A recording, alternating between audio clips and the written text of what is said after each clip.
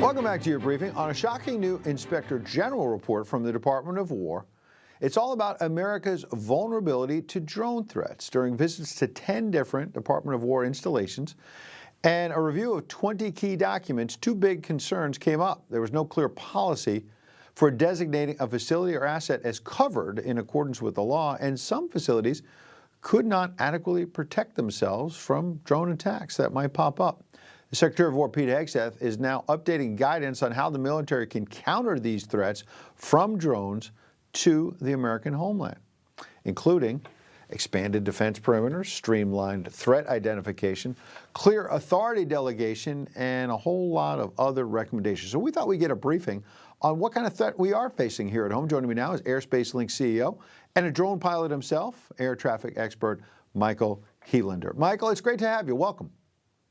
Oh, thanks for having me. So what do you glean from this report? What should our viewers know? I mean, we had that sort of weird story in New Jersey at the end of the Biden administration about these drones flying around, and it seemed like it turned out to be nothing, but there's a lot of concerns that, you know, is there a threat to the homeland? And now I see this report, and it says maybe there is.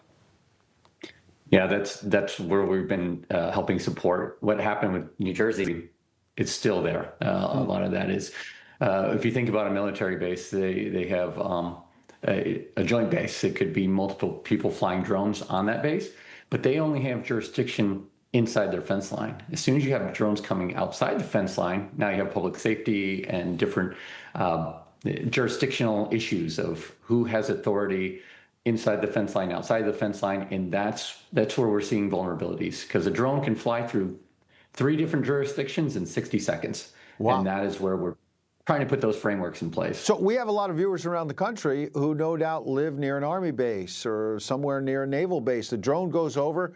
I guess the Department of War, you're telling me, has authority. So now if it goes into the neighborhood and this is a drone from a hostile nation, China or someone else, is it local police or, you know, A, who's got authority? And then B, is it realistic to believe that we could have a threat from someone like China flying drones around that could be a threat, or is that hype? It is a threat. We saw what's happening in Ukraine and Russia with drones coming onto bases and taking out billions of dollars in aircraft.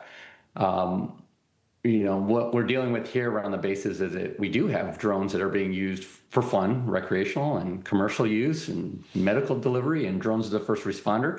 Yeah. But if it's right up against the baseline, how do you know friend from foe? And that is, what is that framework? When it comes inside the fence line, they have a better sense of what to do. It's when it's right outside the fence line is what is the protocol?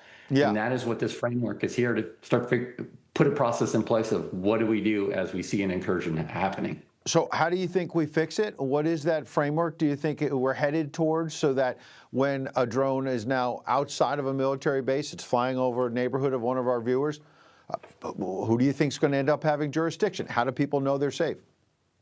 It's a multi-jurisdictional, multi-agency integration. We're doing it at the Joint Base Charleston right now so that they have all operational control of their base.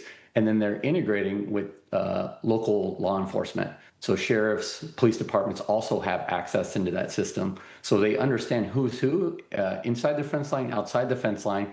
And then they're also equipping drone detection so that they know who's whitelisted and who's not whitelisted and be able to then take action. So there's frameworks there. Yeah, in the last 30 seconds we have then, I've spoken to someone high up in the Trump administration about how there's talk of creating some kind of assistant secretary position, perhaps in the Department of Homeland Security, to get at what you're saying. So there's a clear line of authority, because I was told Secret Service has drones, FBI has drones, as you would imagine, the military has drones.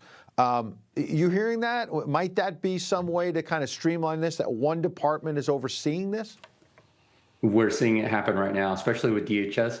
The FIFA games is a great example of where we're bringing everyone together, counterterrorism, FBI, local law enforcement, to protect the games the same way we need to do it around these bases. So we see that being streamlined very quickly. Yep, we're going to have FIFA games in cities like Los Angeles and Dallas and probably Denver and other ones, and we're going to need to keep people safe. Michael Healander, it's a very interesting conversation. We'll check out your company online. Thank you. Thank you.